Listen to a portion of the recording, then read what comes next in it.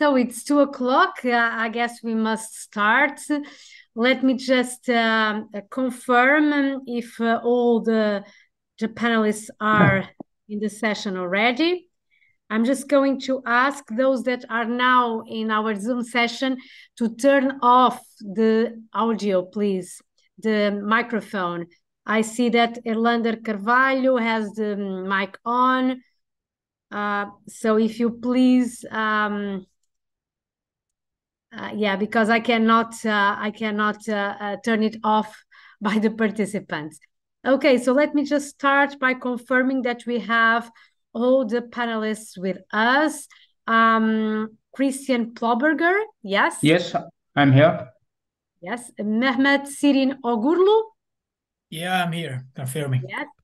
Eva Portel? Yes, I am here. Yes. Perfect. Sarah Edkamp? Sarah? Okay. And António Alexandre, that I know personally, so yes, he's already on. We will present by this order, so we hope that Sarah can join us in meanwhile. I'm going to kindly ask you to present your papers in 10-15 minutes maximum, in order to give the floor also to the audience for some questions, okay? I believe that 15 minutes is quite reasonable for all of you. So for those that are now in our Zoom session, this is the panel 11 of our conference that we are organizing in the in UAL, in the University Autónoma of Lisboa. It's the 10th annual conference on international studies, and we will have this afternoon until 4 o'clock several papers that we'll discuss this main topic called Global Governance on Global Issues. We will have 5 papers, and then we will give the opportunity for the audience to ask the questions that you find useful, as well as to discuss a little bit also the papers that will be presented. So if you agree, I would like to start with lecturer Christian Ploberger with a paper entitled Climate Change, a Global Governance Challenge Requiring Local Specific Responses, the challenge of formulating a successful response at the appropriate governance level. So Christian, the floor is yours. I will be attentive to the clock, and I will make some signs when it's already 10 minutes past, okay? So Christian, Okay. the floor is yours. I'm going to share the screen. Give me a second. Yes, I think that all of you can share the screen, but if not, please oh yeah. Yeah, perfect. Okay, you see the screen? Yes, we can see the screen. Okay, good. Thank you. My name is Christian Ploberger. I'm based in Bangkok, and my presentation will be about climate change, a global governance challenge, but requiring local specific responses.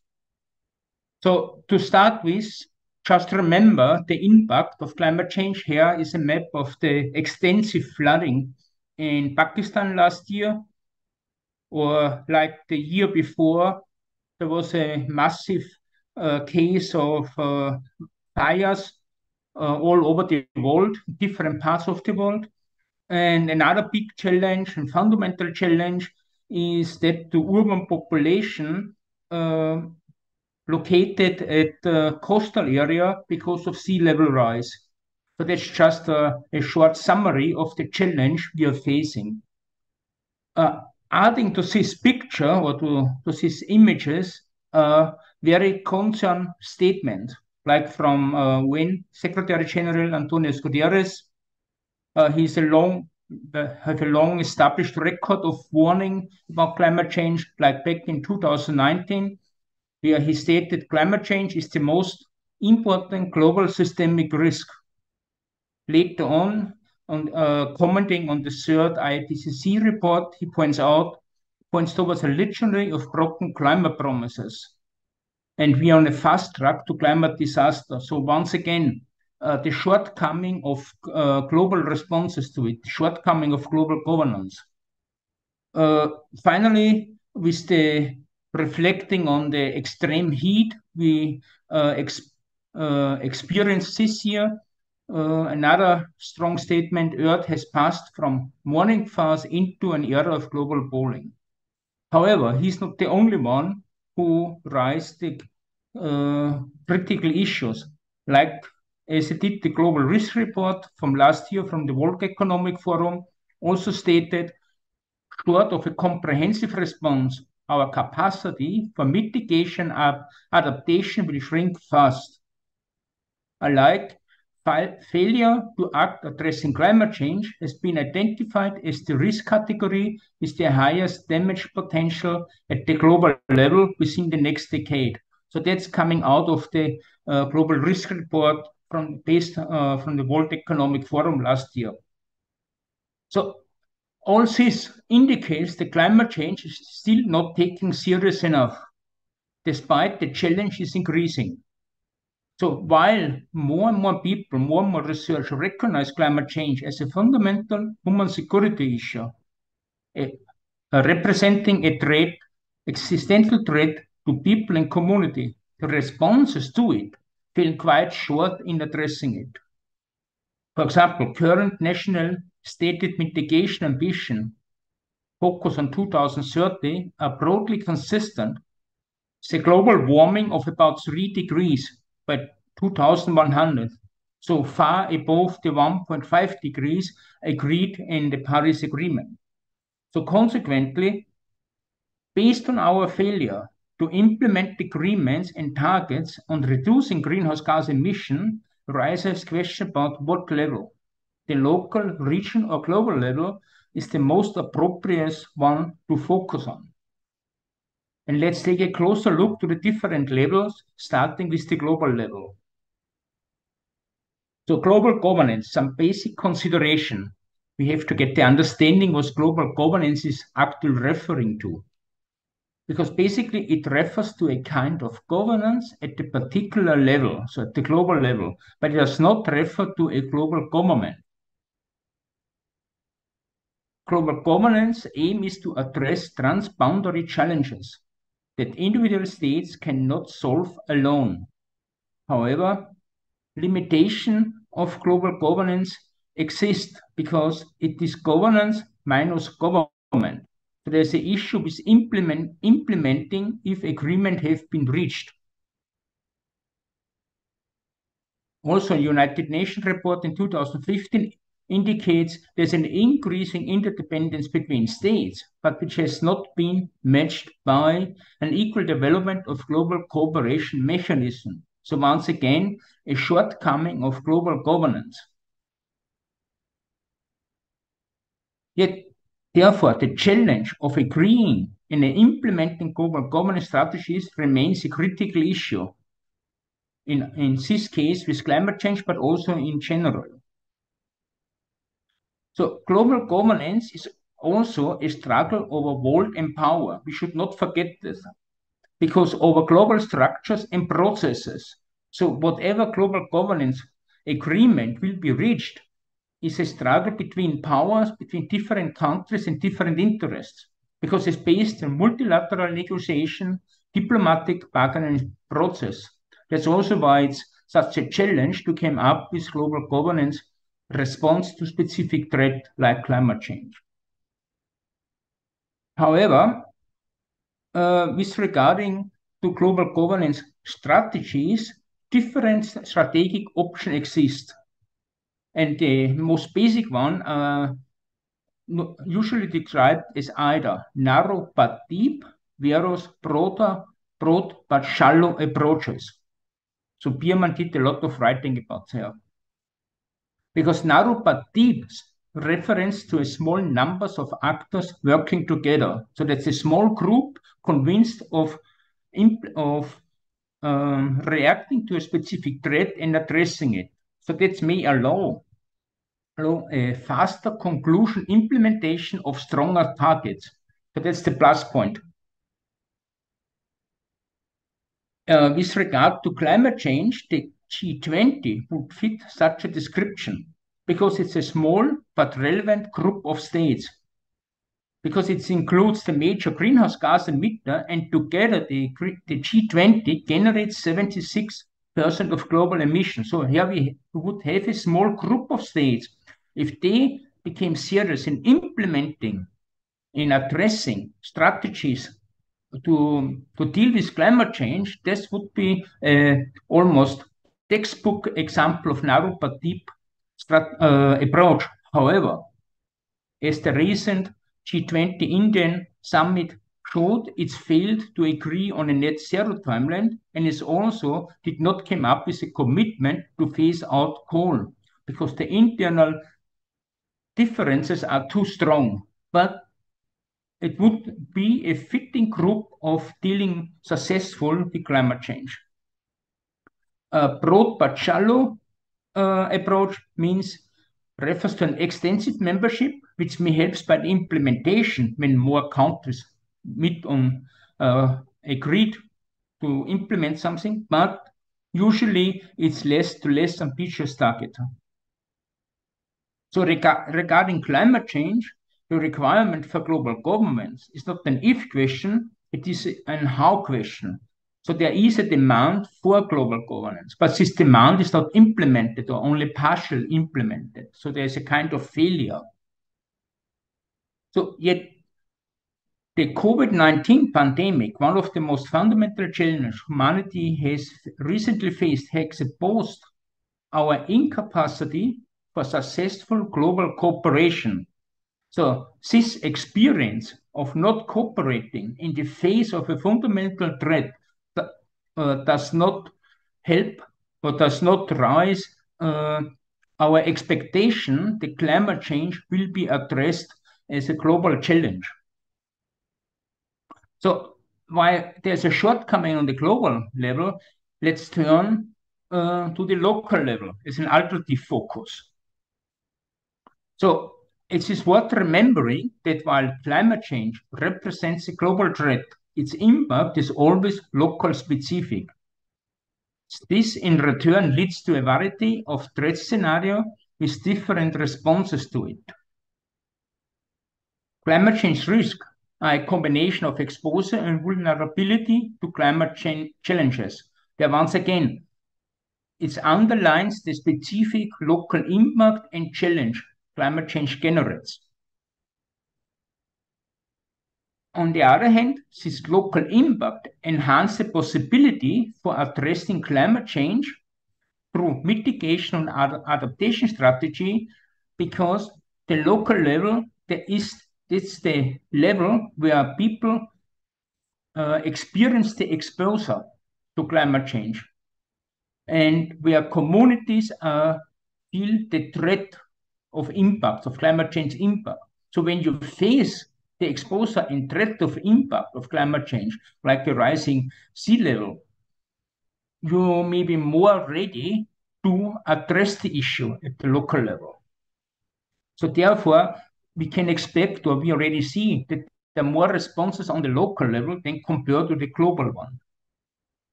So local-based transnational cooperation also exists and spreading, like the C40 City Network, which helps to share experience in dealing with climate change and with climate change impact, but not only with adaptation strategies, but also with mitigation strategies.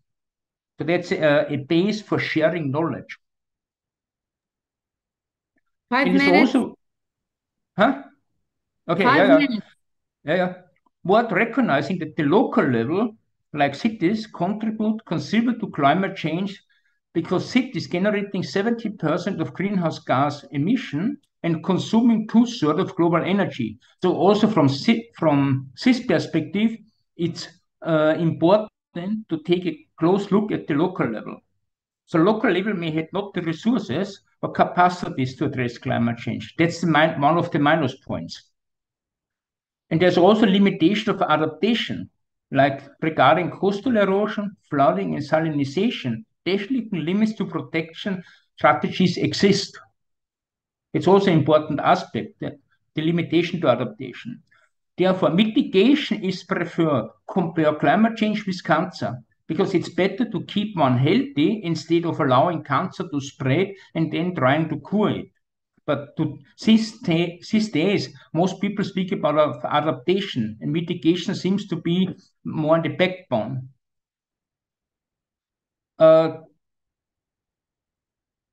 Let's take the intermediate level, the regional level, between the local and the global, because within the context of climate change, the regional level is treated as an extension of the local level, because impacts of climate change-related risks are linked to geographic features like coastal area, mountain range, river networks, and deltas. So there are arguments in support of an extended regional focus of regional cooperation addressing climate change. They are addressing regional challenge within a global governance framework. Consequently, reinforcing global institution and policy strategy via the regional level. As such, the region have the comparative advantage of becoming a primary locus for action, but potential stepping stones towards global governance strategies. We just have to look on the map, and we can see a lot of different regions. If that region are able of addressing climate change in their geographic area, and if this is coordinated on the global level, we would be a crucial step forward. For the time being, that's what's happened. And there are also counter-arguments undermining the regional focus. Like, it's may lead to fragmentation at the global level. So different policy strategy cannot be put together. Regional base may be interpreted as clubs serving their members only, with less interest what's happening on the global level, with less interest on global cooperation. And heterogeneity of regional organization may also undermine the global governance framework, because different regional organizations have different power of implementing policy among their members. So that's another challenge. So finally, we're facing a strong challenge when selecting the most supportive level for addressing climate change. Basic consideration to be remembered. A local level, the most promising one, because it's where the threat exposure is high, where the direct impact of climate change is felt, where people are willing to react in the face of that threat. Yet serious question remains for the local level, because can local responses generate enough scale effect required to arrest global climate change? That's a serious issue. For the time being, it does not seem that's the case. Despite we have a lot of local responses all over the world, but the scale effect to arrest global climate change seems not to be generated just by local responses. Associated challenges. Local response generates a local specific reaction, led to diversity and fragmentation. So thus fragmentation of climate change policy represents a challenge or an opportunity. The opportunity is different locality can move on faster. They don't have to wait of a global agreement.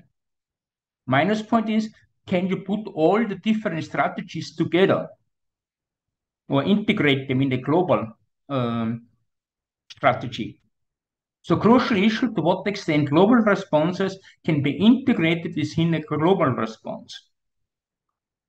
Therefore, the outlook is rather challenging, because we may still have to consider the global level as the appropriate one, because it's on the global level where we can, which can generate the scale effect of arresting climate change. So the emphasis on global approach, but still face great diversity of interests, slow process and watered down compromise because of the many actors of the many different interests. So therefore undermining a global response, despite there would be the capacity for it. So therefore, consequently, while the global level have the potential to generate the scale effect required to address global climate change dynamic, so far this potential has not been reached. So if any, the pandemic indicates the limits of global cooperation. So consequently, we may still pin our hopes in addressing climate change on the local level, even there are serious challenges associated with the local level. Thank you. And my presentation. Thank you so much. It was right on timing. Yes, thank you. Thank you so much. So now you know that this icon will be shown when 5 minutes when it's past 10. So you have more 5 minutes to speak. And then again, when you still have 1 minute. So thank you so much, Christian, for your 15 minutes sharp in order also to give the opportunity for the audience to make the questions at the Q&A. So now we proceed with another presentation with Mehmet Şirin of Oğurlu, paper entitled Success Criteria for the United Nations Peacekeeping Operations. So a different topic, but all framed by this overall umbrella of the global governance on global issues. So, Mehmet, the floor is yours. Thank you. Thank you very much. First, it's great to be with you. I would like to also thank all the organizers for giving this opportunity to us and for this great event. I would like to share my screen. Is it visible now? It is now, yes. All right, thank you. Today, we are going to be talking Mehmet, about... maybe you could also put it in a larger screen. So here in the... Yeah. Is it now? It's now. Thank you so much. Thank you. Thank you. The United Nations peacekeeping operations, we are going to be talking about. First, I would like to say that the top priority of the presentation is going to be, with one sentence, I'm going to describe this. I'm going to be giving some criteria, and I'm going to be putting them onto the cases that I'm going to be talking about, and I will be evaluating them in terms of success or failure. So, how the presentation will take place. First, I'm going to be talking about the peacekeeping operations, their horizon, and the way they also develop through the time and also the impact. And also after that, I'm going to be talking about the criterions. And after the criterions, we will be talking about the 4 cases, 2 of them, which is a total failure, and the 2 of them considered success. And right after that, I'm going to be also giving a table, which I've just assigned. I'm going to be evaluating these cases, which I've just taken almost 12 or 11. Excuse me for that. And I'm going to be evaluating in terms of success or failure again. So the rise and the development of the peacekeeping in terms of theoretical background, I'm going to be the first one I would like to say. The United Nations peacekeeping operations has been clearly related to the role the United Nations as an organization has just identified itself as to the top task it's given to each other, which is to secure and set up the peace, and also, of course, to continuation of the peace in the international organization as an international relations, of course. So from this point of view, the first peacekeeping operations was to supervision as an observatory mission to do the Arab nations and the Israel conflict, which has just occurred after the World War II. And from that on, through the Cold War, it was kind of, I'm not going to get in a lot of details in there. So basically it was just squeezed between 2 powers, the great powers, which has been still inactive. It was Soviet Union, which now is Russian Federation, and the United States of America. So it wasn't easy to launch an peacekeeping operations. They were very low, but after the Cold War ending, after the fall of the Soviet Union, these, of course, began to change, and a lot more peacekeeping operations were launched to take place. And the success and failure description also is a matter of fact, actually, should we be talking about. In what cases are we going to tell a success, or which cases we are going to say failure? Of course, it depends on the criteria that we have just should be talking probably, of course, in many articles just we've seen. So talking about, for example, it is successful because of they have completed their duty in terms of protection of civilians, or they've just failed just because the elections hasn't taken place, for example. Can we just give an example? We'll be talking about them a lot, of course. And the third and last one for the theoretical background is going to be fundamental criteria for success and failure. We're going to be giving 11 of them. For example, impartiality, or the willingness and the approval of the sides of the warring parties will be a game changer in terms of success and failure in these conflict areas. So criteria with respect to success and failure. The first one I would like to give as an affinity, or we can also say a word is the neighborhood. This one I would like to say that is precisely has a connection with the ties between these troops and the military personnel having taxed or to be sent and actually to be settled in these conflict zones. For example, we are talking about Sierra Leone. If there is a neighbor countries such as, for example, some troops from Nigeria or from Chad, it will be definitely better than England or France, because of the neighborhood and affinity, so that this country wouldn't see them as a threat. But one little fact is quite important. These soldiers that should be from the neighbor is a good thing. It's one factor, but it shouldn't be the ones who these countries have some disputes. For example, in case of Liberia and the Sierra Leone. The second one, I'm not getting a lot of details about things, just basically because of the time and description that you just given us 15 minutes. Impartiality and the non-use of force is another criteria that I would just like to mention. It's impartiality in terms of these troops shouldn't be siding one or the other one. They are clear. Non-use of force is also related to this one. So the United Nations peacekeeping operations or these peacekeeping forces are sent to these conflict zones in order to give an end to conflict, or to protect the civilians, basically. So when you're just siding on one side, where you're taking back in one side in terms of the other one against the other one, so that will just cause another conflict, and the United Nations peacekeeping operations impartiality will fail in that case, and they will be targeted just exactly the way it happened in Somalia, which we'll be talking about that in that case. The third one is cooperation of the outside actors. On this one, specifically, we are going to be talking about the Democratic Republic of Congo, or shortly in terms of DRC, which there was a government which has been supported by the United States of America, had been supported by the United States of America before the fall of the Soviet Union, because they want to do their dominance in the region. But after the fall of the Soviet Union, they've just changed the direction to the Kabila government in order to democratize and just to make more the country a little bit more liberalize the situation in this country. But in that case, of course, Mobutu has changed its direction to the France, and the France and the United States are the two countries of the 5 permanent members of the United Nations, of course, which is quite important. So the Democratic Republic of Congo, in this case, we are going to be saying, of course, is still an ongoing peacekeeping operation. Still, there is a lot of questions to answer in terms of, and we will be saying that too. The security concerns of foreign parties is the next one. Is this one, when you're impartial, when you're objective in the mission, of course, you do not have the chance or position to give any concerns to foreign parties. In this case, these parties may show you sympathy, and they can act also in terms of, in terms of goodness, of course, for the sake of the process, especially in terms of peace.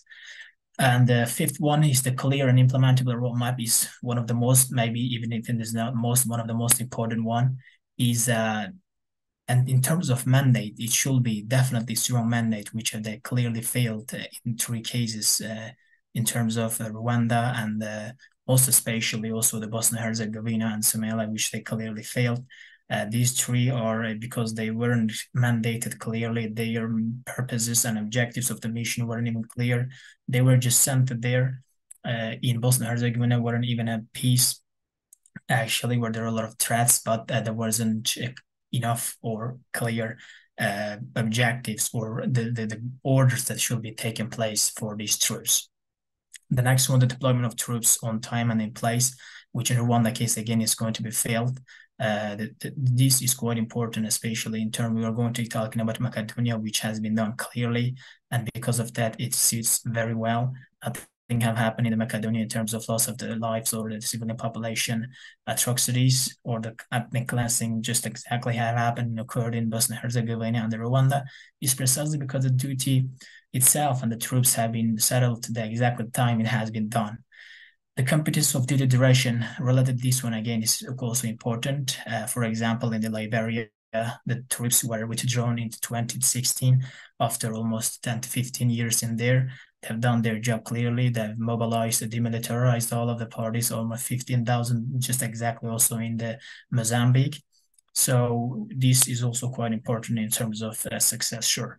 Domestic and the broad coordination in terms of the World Bank or the International Monetary Forum and the World Health Organization. These organizations are quite important in terms of broadband in the domestic, also the non-governmental organizations, and these humanitarian aid organizations also quite important in terms of which in the Liberia case, which has been quite important in terms of assessing for the assessment of success.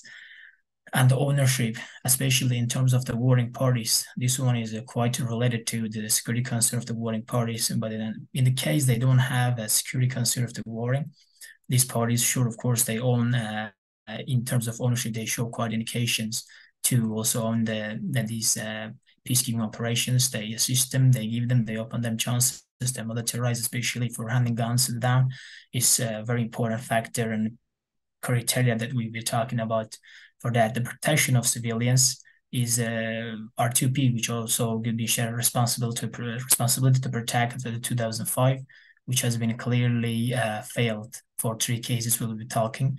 Willingness and the sincerity is also correlated with the ownership and the security concerns of the warring parties is quite important. By the time you are impartial, by the time you are objective, you do not take any side for you watch on another one. In that case, the willingness and the sincerity of the warring parties can be demonstrated in terms of the success and the failure. So cases with respect to success and failure, Macedonia, Mozambique can be clearly and completely actually can be described as a successful. But Somalia, Rwanda, and also the Bosnia and Herzegovina, I would like to say for the fifth one will be definitely and unquestionably a disastrous results and the consequences in terms of civilian casualties and also the peacekeeping operations for these peacekeeping operations in the places for the United Nations as an organization, and a clear failure responsible to protect for the Security Council and the P5 members. So this table, I would like to also show you that we've got 11 these criteria on the top, and on the left side we've got these cases that I would like to mention just about 5 minutes here. So the DRC, in terms of affinity, willingness, and sincerity, and impartial non-interference, there are not a lot of things that you should be mentioned, but cooperation of outside actors is clearly failed, as we have exactly said. The support by the United States of America to the Mobutu government when they have a kind of confrontation with the Soviet Union during the Cold War, and by the fall of the Soviet Union, they changed their direction and right exactly into the Kabila, which just turned the situation for the France, who has also loved to have that Germany, which is struggling right now in the Africa North as well. So these criteria clearly failed. The security concerns of foreign parties, which connected to cooperation of outside access, also as a result of that, of course, in 2012, the Kabila has been killed, has been murdered, and because of that, still there is an active and ongoing civil war in there. There are still questions and also wars in there, which also the peacekeeping operations have been settled in there. And the clear and implemented roadmap was also a question. The deployment of troops and time and new place was also exactly. But we are talking about the competence of duty duration. It's almost 20 or 25 years that the United Nations peacekeepers are there, but still not a question, even though they have been there for more than 20 years. Domestic and broad coordination, again, it's failed because of this situation we've talked about between France and the United States. And ownership, again, because of their security concern. They've just didn't exactly done the way I've done, talking about warring parties, of course. South Sudan, willingness failed, impartial and non-use of force, and no need and affinity to anything to assess. Cooperation of outsiders were settled up. The security concerns of foreign parties, nothing to mention. Clear and implemented roadmap was quite clear in terms of protection. Civilians was very nice. The deployment of the troops in time and the place was again clearly done by the United Nations. The companies of duty, again, domestic and broad coordination, again, and ownership, again, was in terms of success criteria were nice. North Macedonia, all of them were set well, exactly, with the UNPRODEP and non-profit United Nations Protection Force and United Preventive Force. They've done their job clearly, and they've really impeded and blocked that many cases will be probably just like Bosnia and Herzegovina what have happened, but just clearly prevented that by doing the things that we've just mentioned. Liberia again was exactly the same, just domestic border coordination and ownership was a little fed because of the government lackness in terms of the willingness. We're talking about Darfur again, just in terms of implementable roadmap failed, but in terms of protecting civilians especially, and most importantly, were definitely nice. And we're talking about Mozambique and Sierra Leone, just one or two criteria such as this first general affinity, except that one was clearly successful. But we're talking about Rwanda, Bosnia Herzegovina, and Somalia. I would like to assess these three clearly fail, and as an debacle for the United Nations as an organization, and a clear failed attentiveness for example, the Security Council, especially the responsibility to protect. Of course, when these three things occurred, the responsibility to protect doctrine was not in place, because this is being signed and also has been shown, demonstrated after these things. But I would like to give my presentation, I would like to give an end to my presentation with this thing. The two events have been declared and acknowledged as the civil genocide, civilian protection loss, was the Rwanda and the Bosnia and Herzegovina after the World War. The only two events the United Nations has acknowledged as precisely, I'm trying to choose the political term correctly, is precisely and predominantly, of course, the genocide. And these things, when were taking place, the United Nations peacekeeping operations were exactly there. So these are actually shows us clearly that they failed to protect the civilians, which two of them were clearly acknowledged also by the United Nations as a clear and an unquestionable genocide. Thank you very much. I think it's 10 seconds to go for 15. I hope I've just done well. Thank you very much for listening, for your participation. Thank you so much, Mehmet, and thank you so much also for your discipline with time. Now we're moving to, and for the great presentation, of course, very enlightful. Thank you. Let's now proceed with Eva Portel, cultural heritage in times of armed conflicts, from security to strategy. Eva. Hi, let me just share my screen. Yes.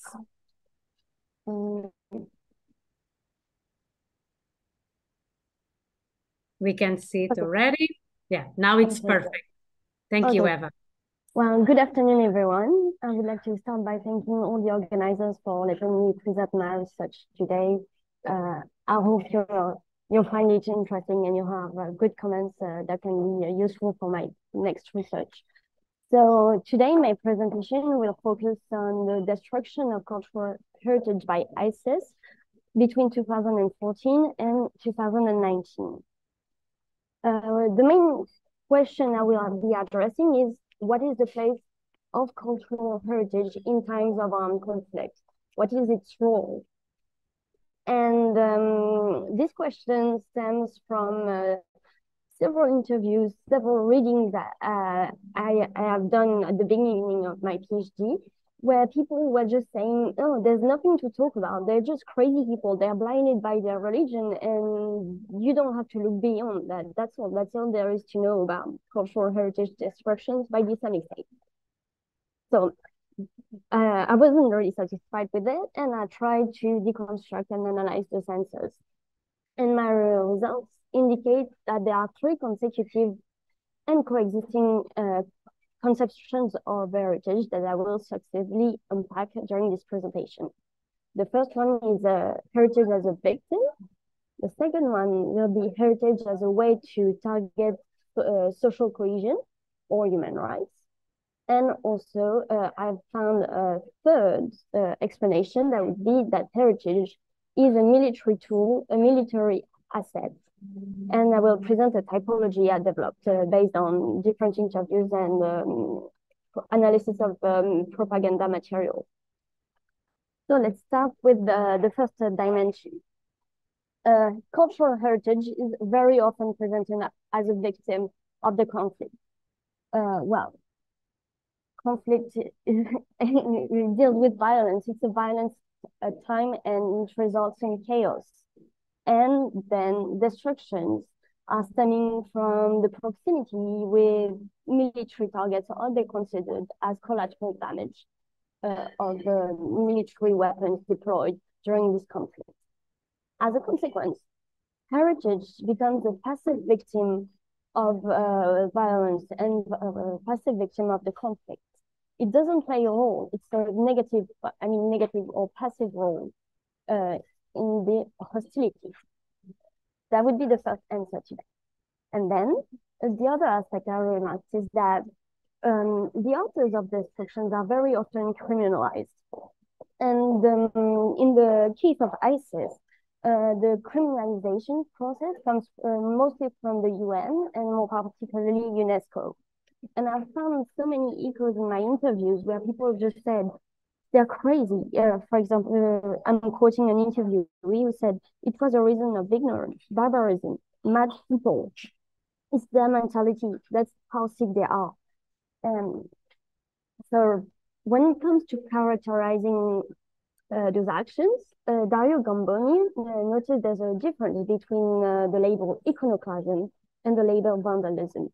Iconoclasm is more compatible with the neutrality, whereas vandalism is always stigmatizing and implying blindness, ignorance, or stupidity. And it's really the case for ISIS, when observers, specialists, and even the scientific community talks about ISIS destruction, they always refer to vandalism. So the semantics is really important here. And so all this heritage as a victim is what we have been able to observe as the first answer and the first answer to the phenomena that appeared in 2015, massive and systematic destruction of heritage by ISIS. So to sum up this first part, we can see that there's a depoliticization process of cultural heritage destruction, in the sense that the two narratives that come into play are, well, the victim and the passive rule of the heritage, and also the barbaric dimension of the authors. I will now move to the second dimension of destruction, and that is that destroying heritage is a way to target local communities. This narrative came into play in the late 1990s with the former Yugoslavian conflict and the Balkan conflict. So here, targeting cultural symbols and historical narratives of minorities is a way for some groups to assert dominance.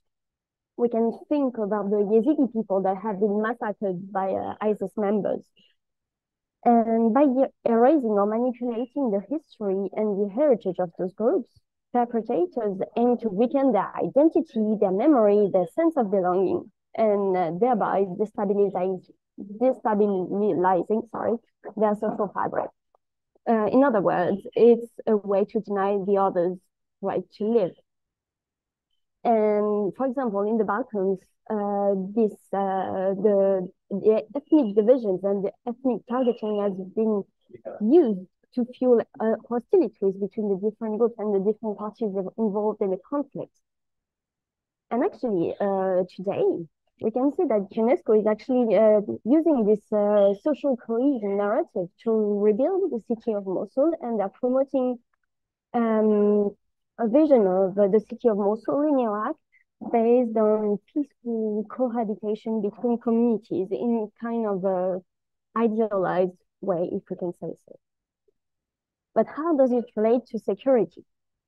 It's really interesting. The Syrian and Iraqi case is really interesting because, well, it has led to the adoption of several UN Security Council resolutions that are actually focusing exclusively on cultural heritage. And it's really interesting because the Security Council actually acknowledges that the destruction of and the looting of cultural heritage can fuel and exacerbate conflict and hamper post-conflict national revolution, thereby undermining security. stability, governance, social, economic, and cultural development of affected states. So there's a direct link between cultural heritage destruction and human security. And that's what is being brought forward by the quite recently, actually, with the Syrian and Iraqi case.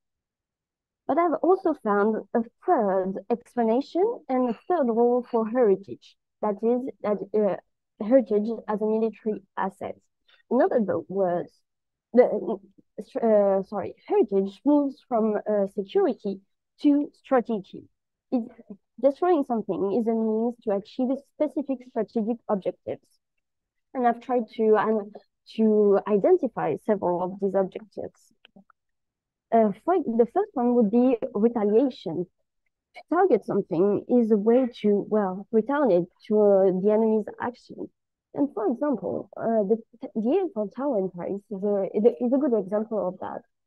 So of course, it's not a real image of the Eiffel Tower catching on fire and then collapsing into the Seine. Don't worry, that hasn't happened yet. But the thing is that right after France launched airstrikes in Syria on ISIS positions, this video was released saying, okay, you target us, we target you. And the Eiffel Tower exemplifies that action. Second thing, coercion. So here, what's interesting is that destroying something is a means by forcing the enemy to change its behavior, its military behavior. So that, for that matter, it can be related to components, the concept coined by Thomas Schelling. To exemplify that, one of my interviewees recounts a situation where he was at the UN offices in Erbil, Iraq, and he received a call from one of the Daesh members who explicitly asked him to stop the campaign he was leading to raise awareness about the Yazidi cause. Otherwise, the ISIS members would actually continue the destructions and also the rapes and the murders in the Syria region. So violence towards heritage is a way to force somebody, a party in a conflict, to stop what he is doing so far. Also, so that's the third criteria I identified, is that targeting heritage is a way to target the enemy as well, not in retaliation. I will exemplify that. So the Saida Zainab shrine, which is a Shia shrine near Damascus in Syria, it was targeted by ISIS.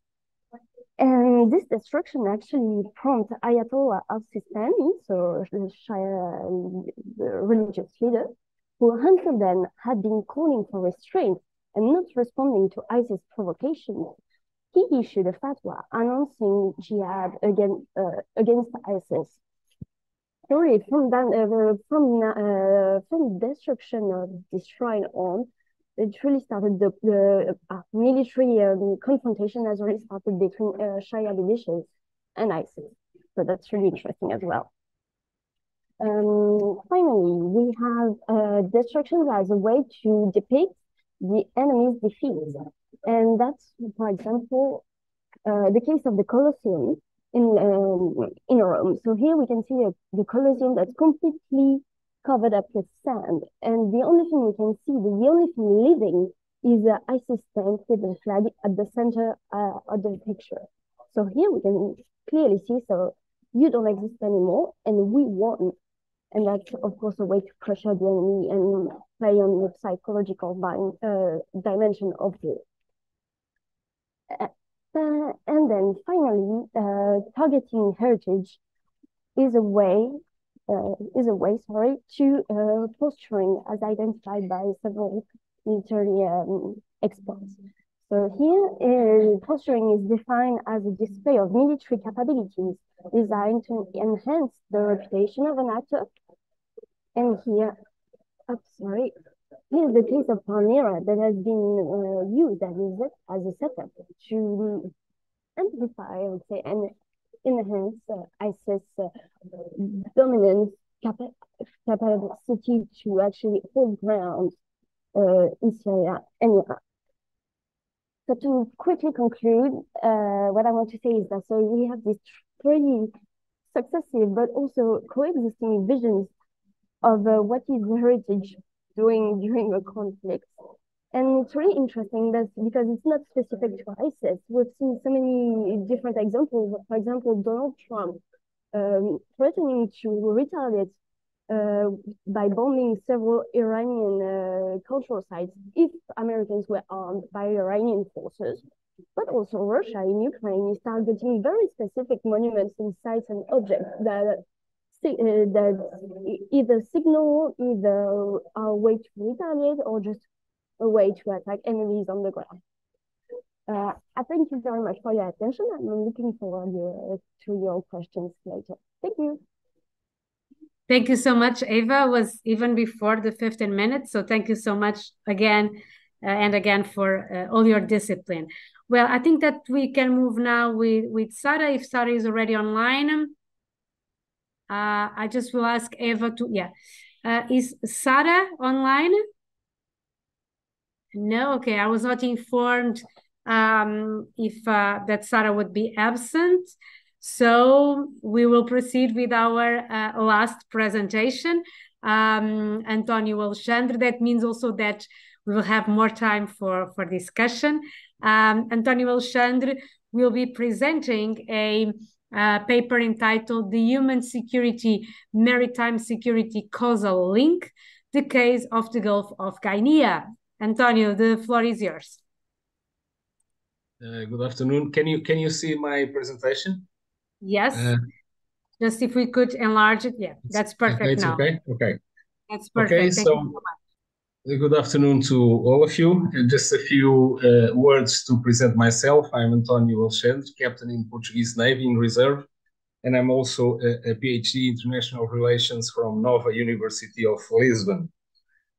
Well, the paper I will present has this title, Human Security, Maritime Security, Causal Link, the Case of Gulf of Guinea. And of course, we are now moved on the maritime domain. Well, to deal with this vast and complex subject, I have defined some issues to address. The first one is related to the key concepts of this research, maritime security, human security, and how they relate to each other. The second is about analyzing the phenomenon of illegal, unreported, and unregulated fishing in Gulf of Guinea, and how it poses a significant threat to the human security of the coastal populations, and consequently to the maritime security of the entire region. And last one intends to highlight the need to build a good order in surrounding maritime spaces as a means of mitigating the existing challenges. Well, moving in following slides, I will focus on the key concepts defined. The first one will be the maritime security, which is a term which draws attention to the new challenges in the maritime domain and to the way in which the associated issues should be addressed. Due to its importance, some of the most relevant international organizations have their own definition of maritime security. For the United Nations, for instance, there are two different views of maritime security. A narrow view involves protection against crimes, direct threats to the territorial integrity of states, and includes security against crimes committed at sea, like piracy, armed robbery, and maritime terrorism. But there is another view, a broader one, which includes intentional and unlawful damage to the marine environment, like illegal dumping of waste and depredation of natural resources, in particular, the mentioned before, I've mentioned before, the illegal, unreported, and unregulated fishing. For NATO, for instance, maritime security includes maintaining freedom of navigation, securing trade lanes and critical maritime infrastructures, protecting marine resources, and ensuring environmental safety. And for the African Union, it draws attention to a broad array of real and potential threats that could result in mass casualties and inflict catastrophic economic harm to African states. And finally, for the European Union, It is understood as a set of circumstances of the global maritime domain in which national and international law are applied, freedom of navigation is granted, and citizens, transport, the environment, and marine resources are protected. Well, according to the United Nations, these are the most relevant threats to maritime security, ranging from piracy to international and unlawful damage to the marine environment. As I mentioned before, our focus will be the illegal, unreported, and unregulated fishing and its possible future connection to piracy and armed robbery at sea in the Gulf of Guinea. Move on, the human security concept. It seems to me relevant to mention that for years, the general concept of security had been interpreted in a very narrow way as the security of the territory from external aggression or the protection of national interests abroad. In this sense, security had always been much more related to states than to people. And it was the publication of the Human Development Report, 1994, by the United Nations Development Programme, the origin of the creation of the term human security. Well, several scholars have been since dedicated to analyzing the human security concept. Calder, Martin, and Selchow are among them. They consider that the concept is referred to the security of individuals and communities, and that threats to human security occur across a broad spectrum, from genocide and slavery to natural disasters and mass violations of the rights to food, health, and housing. Other scholars like Fukuda, Per, and Messinho consider that the central idea is the primacy of human life as the object of reference. By focusing on the individual, it is to contain all aspects of human rights, including the obligation to meet basic needs of populations and requirements of political and social freedom. Well, let's see now what the illegal, unreported, and unregulated fishing stands for. Illegal fishing refers to activities conducted by national or foreign vessels in waters under the jurisdiction of a state without the permission of that state or in contravention of its laws and regulations. Unreported fishing relates to activities that are not disclosed or are deliberately misreported to the relevant authorities. And unregulated fishing refers to activities conducted in areas where there are no applicable conservation or management measures, such as outside the boundaries of the exclusive economic zone of any coastal state. In these circumstances, our argument is that IUU fishing is currently the greatest threat to the human security of the coastal populations of the Gulf of Guinea and potentially to maritime security of the entire region, which recommends the implementation of a good order at sea that allows the adoption of concrete measures to address it. Well, regarding the link between maritime security and human security, I would like to emphasize that both terms are relatively recent, having emerged in the conceptual edifice of the discipline of international relations with the opening of security agenda in the post-Cold War period. In line with the different visions of these two concepts, a conviction emerges that some of the threats to human security conveyed in maritime domain are likewise threats to maritime security. In these circumstances, IUU fishing is a very relevant issue that affects human security in its multiple components, ranging from the safety of all those who carry out legal activities at sea to the vulnerability of coastal populations to threats that developed in maritime domain more broadly. And what is the impact of IUU fishing in the region? Well, here you can see some of the most important results related to this phenomenon.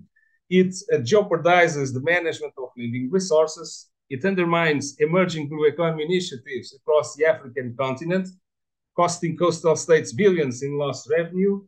It causes damage to food security of coastal communities, which are very dependent on the fish protein. And it erodes confidence in law enforcement, creates a sense of disrespect and neglect. Let's focus now on IUU fishing as a threat to human security and to maritime security in the GOB region. Well, in line with what we have said, fish plays a vital role in human security in coastal communities, as stated by several scholars, among them Ifsinaki Okafor-Yarwood and Ia Belabib. The fishery sector is also the source of direct and indirect employment for about 9 million people across West Africa. Well, according to the Organized Crime and Corruption Reporting Project, a global network of investigative journalists, almost half of the vessels reported to have been involved in IU fishing between 2010 and 2022 were detected in Africa's maritime spaces, being the West Coast the most affected region, where almost 40% of global IU fishing occurred. And why is so easy to practice IU fishing activities in GOG region? Well, there are some factors that facilitate the occurrence of this phenomenon in that huge maritime region. The country's lack of capacity to exercise control over their waters, the frequent changes of flag and or fishing vessels' names, the evasion and to sanctions due to corruption and or ineffective authorities monitoring, the use of ethically questionable practices by fishing operators, and many of the ocean's living resources are being severely depleted by fishing vessels from some of the richest nations in Europe and Asia. Well, all this said, it is possible to anticipate some mitigation measures to prevent IU fishing in the GOG region. The first thing we have to look at is the absence of a sustainable fisheries management strategy in the region. Even thinking on the agreements signed by coastal states of GOG and states from other continents, mainly in Asia and Europe, data available shows that GOG states are facing an overfishing by several foreign vessels from those foreign countries. And related to the previous point, the lack of adequate capacity for surveillance of maritime spaces by most of the states in the GOG region is of great importance and recommends the creation of concrete measures to address this issue. This means that more states and international organizations ought to be involved in supporting the coastal states of GOG to deal with this phenomenon. Well, in these circumstances, and in order to meet Geoffrey Till's mindset, Geoffrey Till was probably the first strategist to mention the need for a good order at sea. Concrete steps should be taken to implement a good order at sea in maritime spaces of GOG.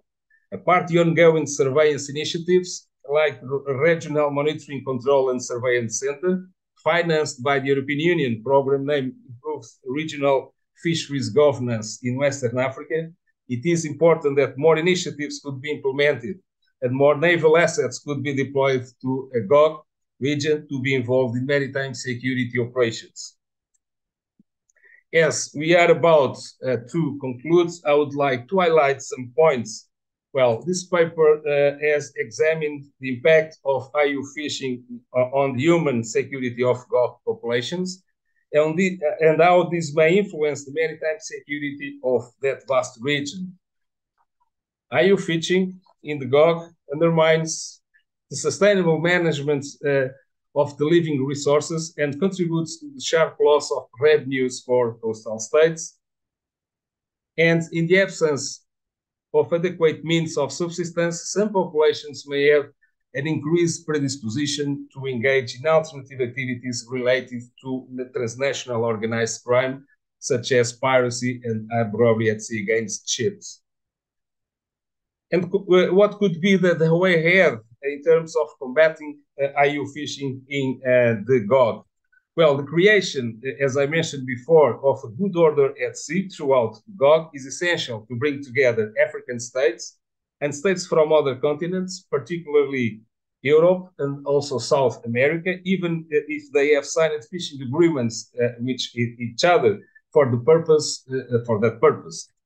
All states and the regional organizations to which some of them belong should have the will to create, and this is very important, should have the will to create a code of conduct to guide their actions in order to mitigate the effects of overfishing and IU fishing.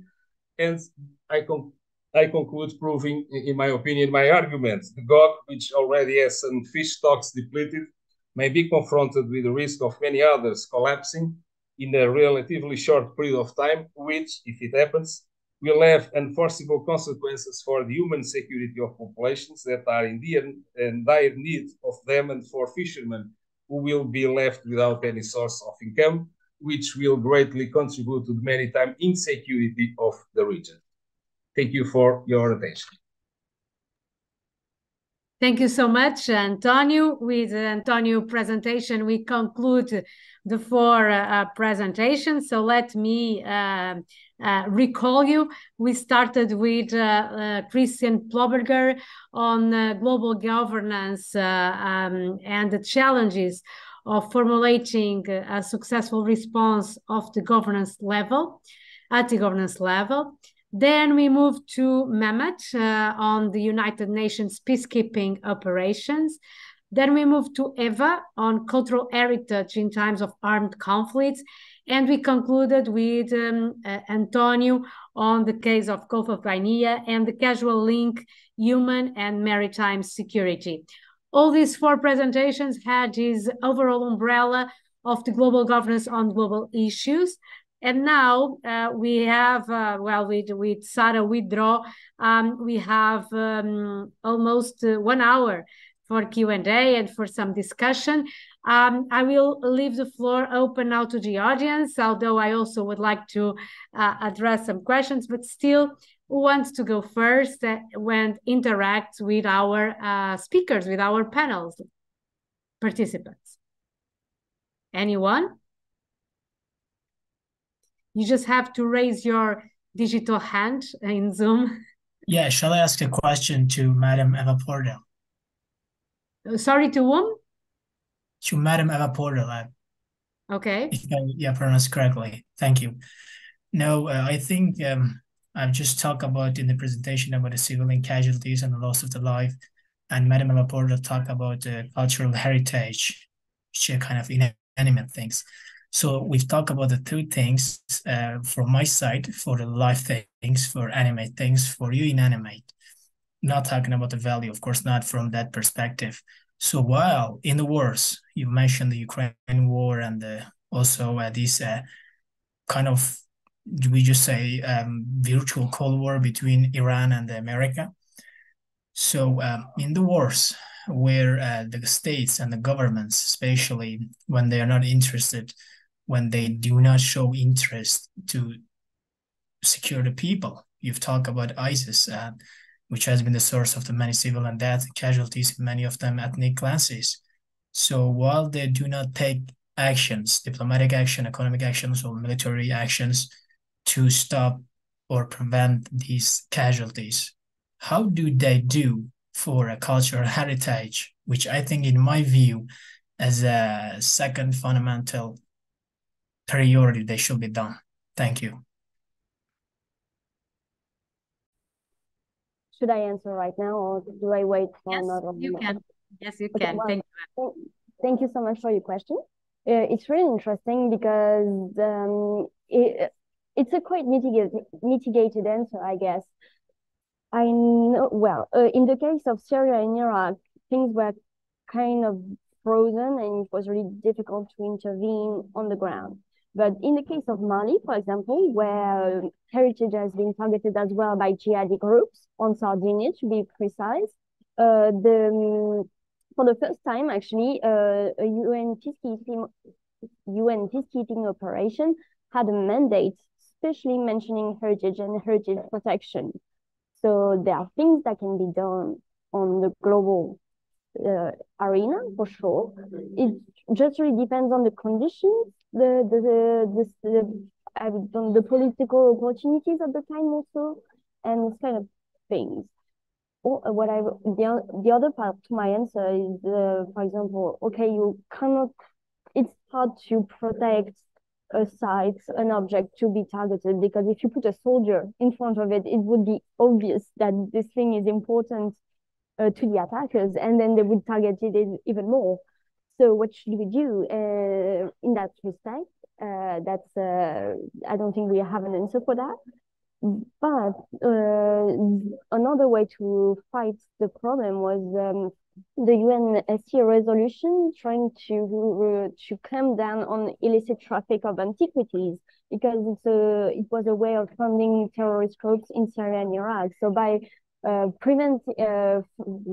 fighting illicit trafficking, they could actually curb down terrorist group resources, and then curb down their purchase of guns, weapons, and in the end, limit and curb the violence on the ground there. I don't know if that makes sense. Well said. Thank you for the response. Christian, you would like to pose a question as well? Yes, I do. I would like to ask Mehmet, because he spoke, he presented a criteria for peacekeeping operation, so a different set for it, and I would like to ask him, would he use the same set of criteria for peace enforcement as well, or would he change various aspects? So UN peace enforcement means sending in troops to stop fighting, as opposite to peacekeeping. So would the structure you present, you also apply for peace enforcement operation, or is this for peacekeeping only? Thank you. Good question. Thank you. Thank you. Dr. Ploberger, thank you for your question. It's actually, it's also a question that should be asked also to the United Nations peacekeeping as a whole. I mean, the United Nations peacekeeping operations haven't even been mentioned in any charter, just the paragraph 6 and the paragraph 7. In the paragraph 6, when they have been talking about the peace, which should be kept, talking about a peace which should be being kept. But we're talking about 7, which you mentioned, is the peace enforcement. So it's been saying in the literature that in academic world, we should say, of course, that the peacekeeping itself have been described between paragraph 6, half from the peace, and the paragraph 7, half from the enforcement.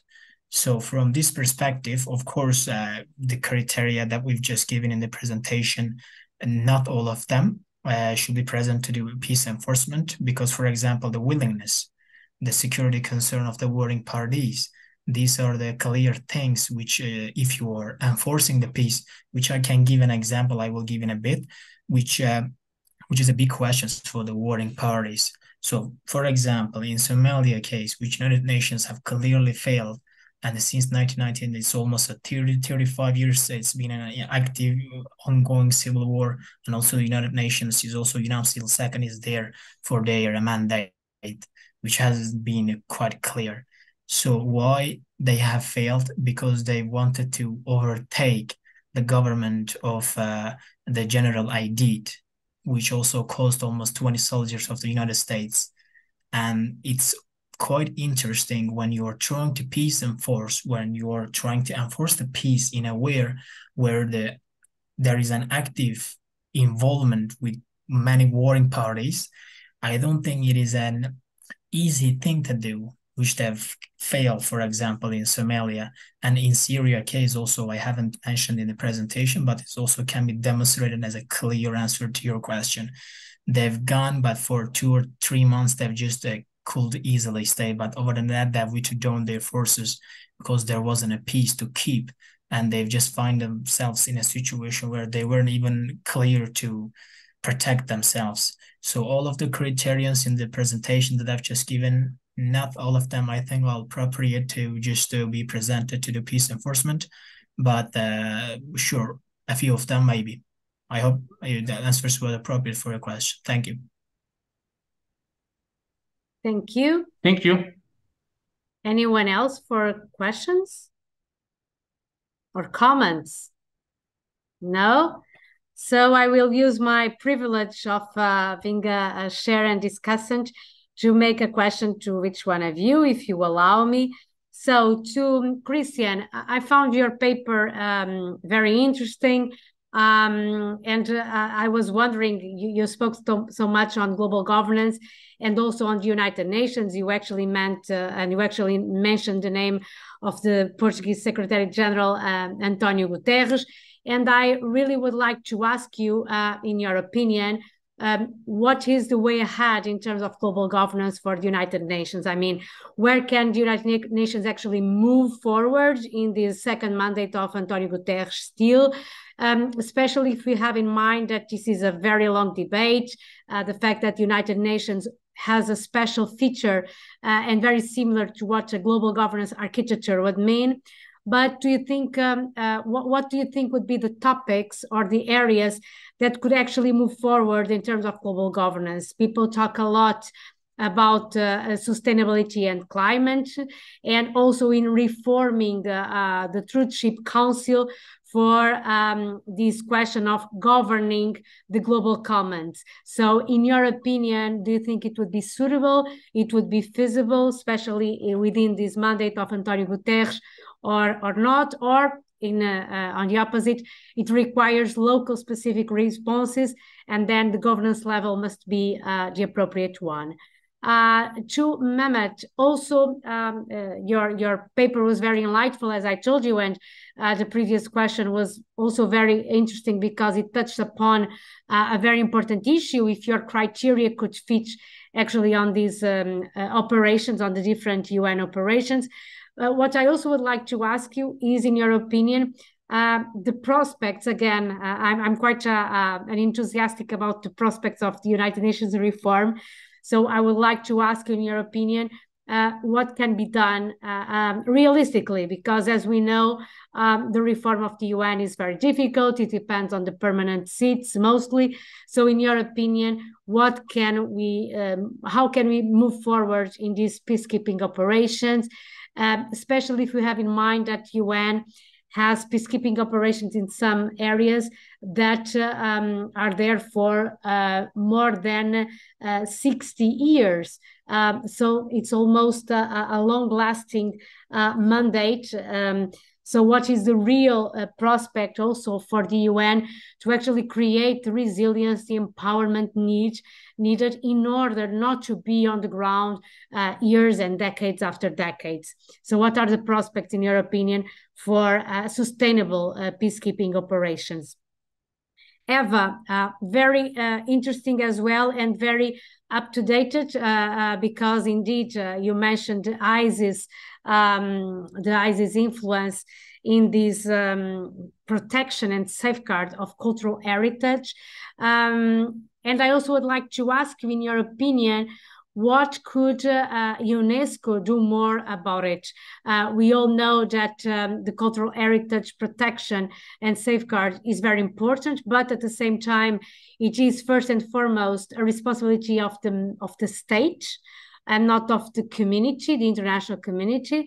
But in times of armed conflicts, when states do not have that ability neither to protect nor to react, what do you think that UNESCO could do more about this cultural heritage protection?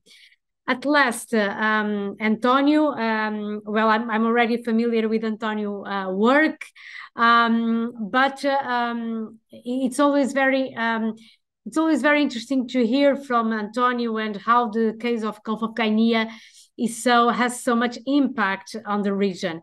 And maybe what I would like for António to actually give us a little bit more of detail is to explain us a little bit more what is actually the role of Portugal in the Gulf of Guinea, and how Portugal is so important in this area, especially when we are talking about the European Union's influence and interest in this area, in protecting and securing and safeguarding, and also to avoid this domino effect in different in all the neighborhood regions. So this is just one question, just for you, just for each one of you, to pop up a little bit and to live a little bit this debate, this Q&A, also to give an opportunity for those that are following us at Zoom to ask any question, if you may. So if you agree, I will give the floor to Christian, please. Dr. Ploberger. Okay.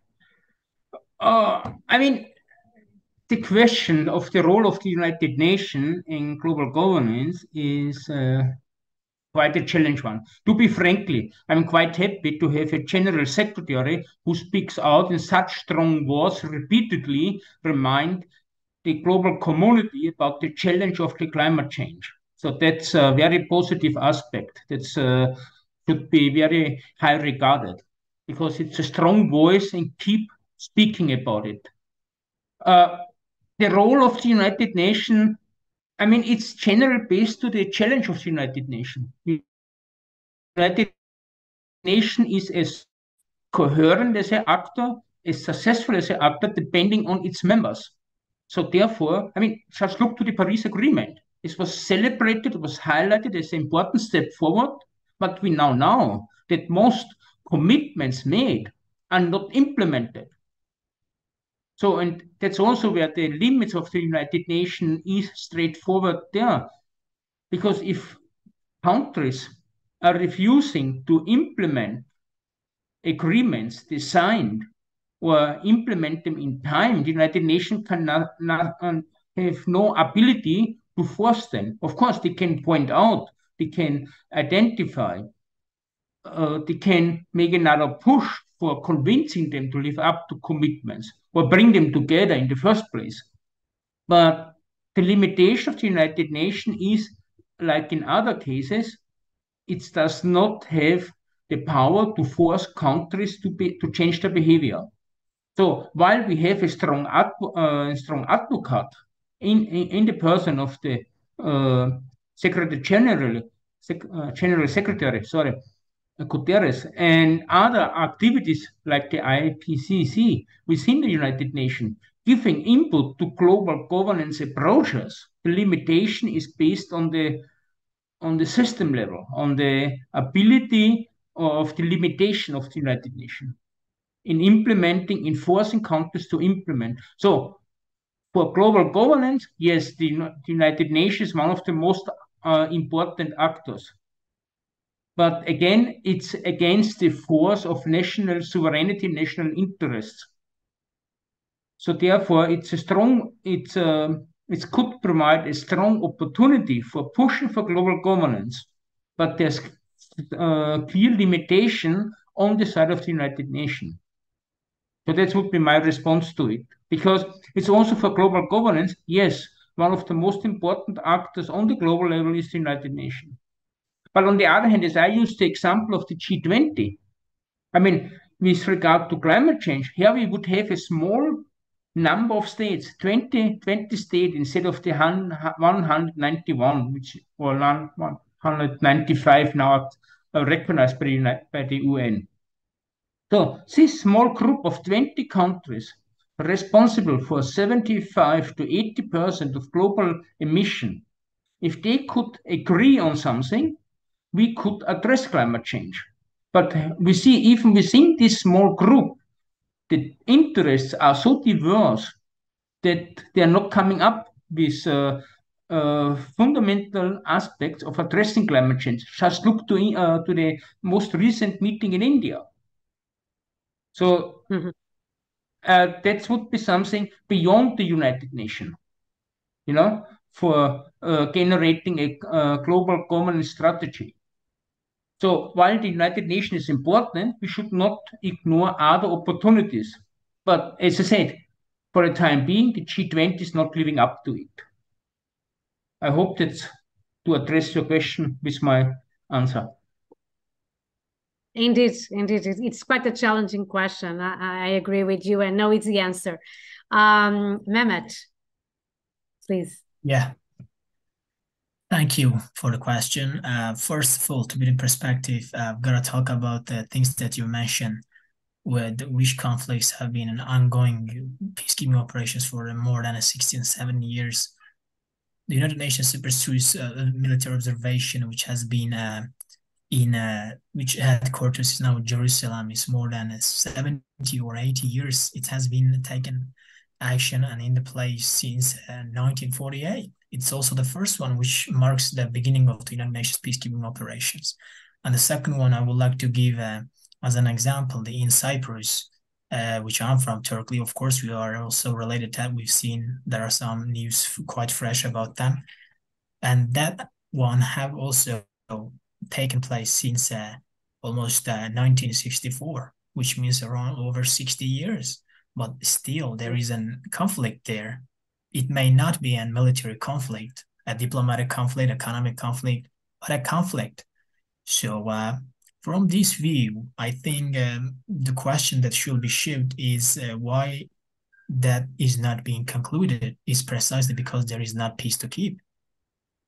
Because, for example, in the Jerusalem, the situation between Israel and the Palestinians, also with the Arab neighborhoods, the Golan Heights with the Syria, which there is a civil war in Syria.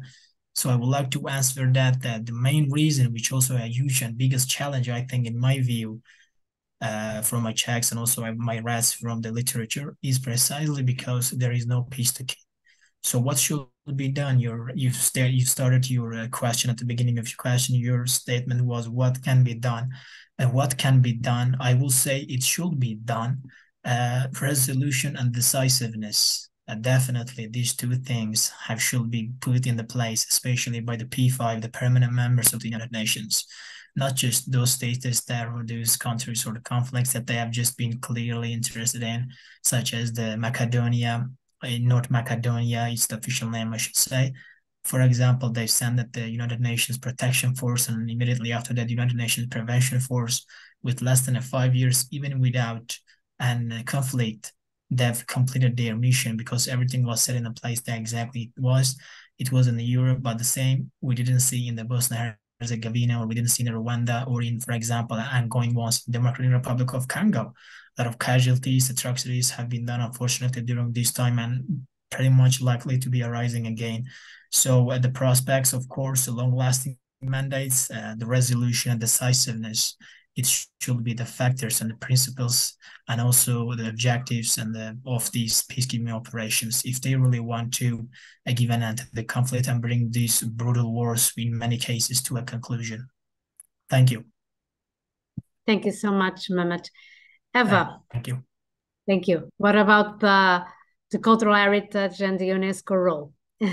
Yeah, so what can UNESCO do? What more can UNESCO do? It's quite a tricky question, and actually it's not my area of specialty, but I've tried to find some answers to that. And to me, I think that UNESCO should rely more on the ground information, because as a researcher, what I've found when I conducted interviews with UNESCO members and UNESCO staff is that they rely on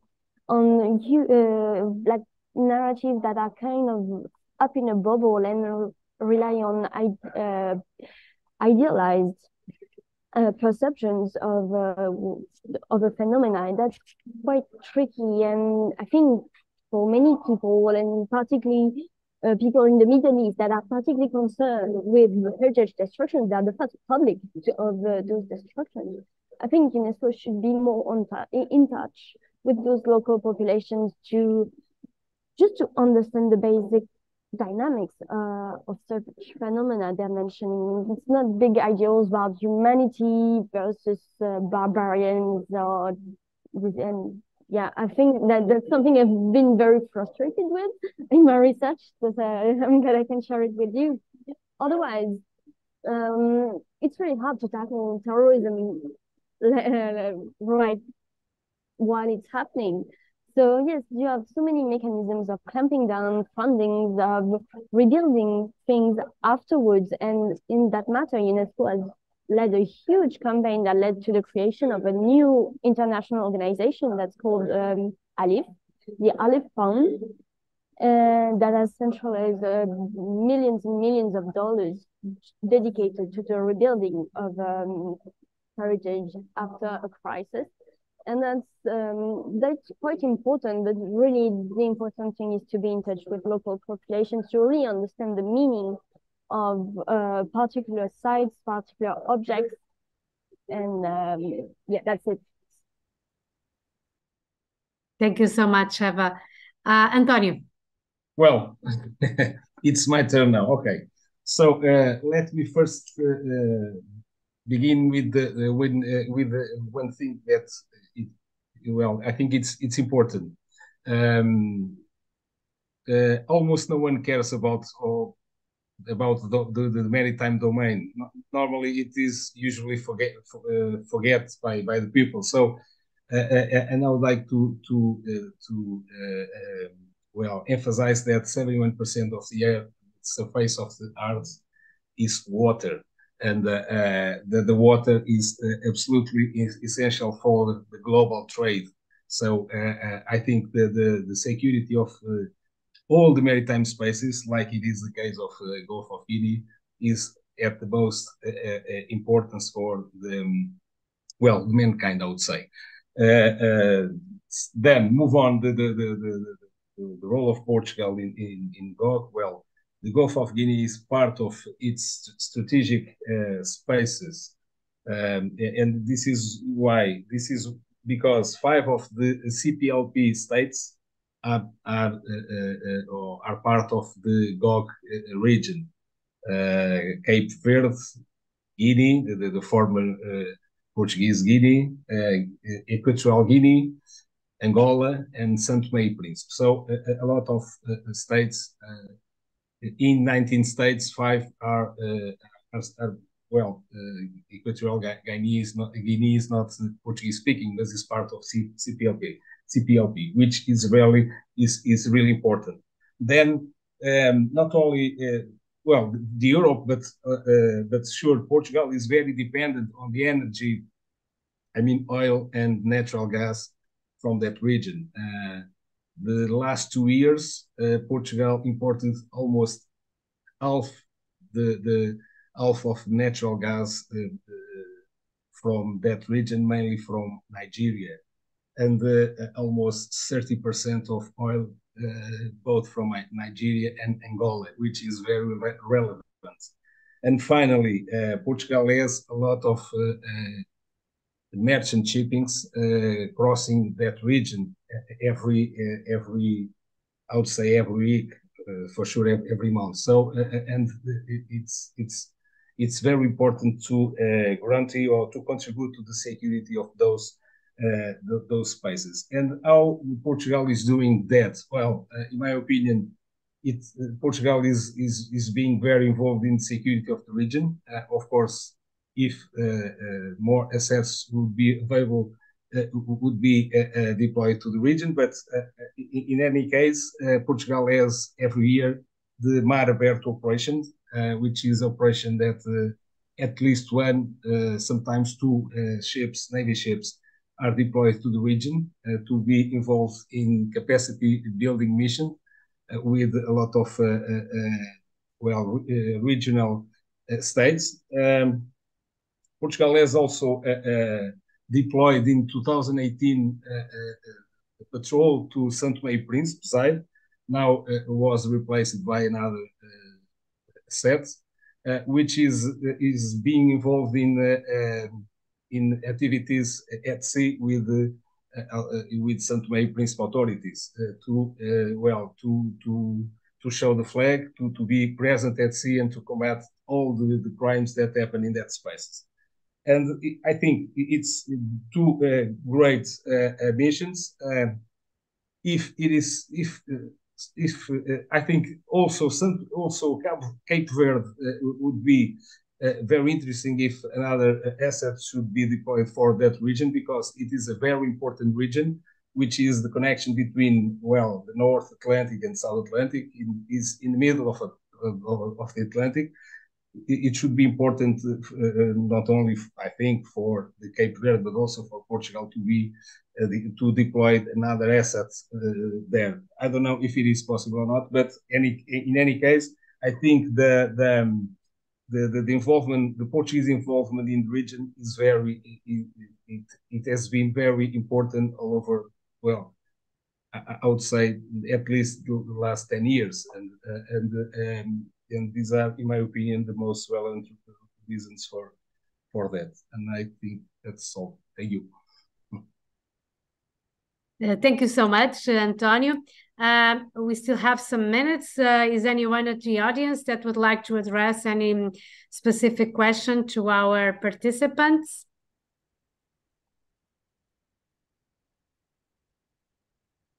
It's now or never. Is it possible to ask you? madam? To me? Yes. Yeah, I would like to if I can address you the answer, same. I don't know. No, of course you are. I would like to shoot you the same question to you. What should be done, or what can be done in terms of make these operations more effective and more conclusive? Well, it's not fair because I'm not as expert as you are in those missions and operations. I usually, my field of research is European security and defense. Still, I know that António Guterres would love to finish his second mandate with a concrete proposal on the reform of the United Nations in general and of the United Nations operations in concrete. And this long-lasting mandate is quite a reason of concern for the United Nations Department of Peacekeeping Operations, because of course, you said it and it's true, they are still in conflict, so that's why they are needed on the ground. But at the same time, it is quite a challenge when you are in a specific area for 60 years now. How can you adapt? How can you adjust? How can you be more effective on the ground? I mean, and especially how can you empower these countries and these societies to be more autonomous in terms of their own security? You cannot. I mean, they are completely dependent and they only rely on the UN to survive as a nation. And that's quite a challenge for us to think about. So I don't have any crystal ball or any definitive answers, but it's something that I also think about. And I hope, as a Portuguese, I have to admit, I hope that until the end of the mandate, António Guterres would be able to actually make some structural changes in the UN reform. It's not easy. The first mandate was on COVID, then the war on Ukraine, so quite big challenges for the UN, also for NATO, for the EU. So I hope that in the years to come, Guterres has the ability to leave his own DNA in the United Nations and have the courage with the member states, and you mentioned that also, Christian mentioned that, with the member states, of course, to actually make some changes. If we cannot start with the Security Council, at least let's start with other things that can be more consensual, like sustainability, cultural heritage, whatever. So I think that's the main goal of Guterres as well. Well said. Thank you very much. You are welcome. Well, for me, it was really a pleasure to meet you. Well, not in person, but virtually. Sure, for me too. It's a huge pleasure. Thank you. Delighted. Thank you. And I really hope that, I don't know if you are in Lisbon or if you're just Turkey. online. You are in Turkey, Mehmet. I have is in Portugal, in Lisbon, because she warned me about it. Christian is not, he's in Japan, right? Excuse me, I missed the last Thailand. one. Ireland, sorry. I'm based in Thailand. I mean, I'm Austrian, but Thailand. I'm living in Thailand. Thailand. So you are based in Thailand, Mehmet in Turkey, Eva now in Lisbon for a few days. António is also I'm leaving at 6. Sorry, Eva? I'm leaving at 6 o'clock, so I'm only here for a couple of hours. That's all. Oh, okay. So that's even shorter than I thought. But it was a huge pleasure. I hope you had the chance to actually meet other participants online or in person of CESRAN. For those that doesn't have to leave at 6, I suggest you to stay for the 6 o'clock as we have a book analysis and discussion also online. For those that cannot attend it, don't forget CESRAN2024 will be also held next year, of course, online and in person in Lisbon. So quite soon you will be informed about the dates and the procedures.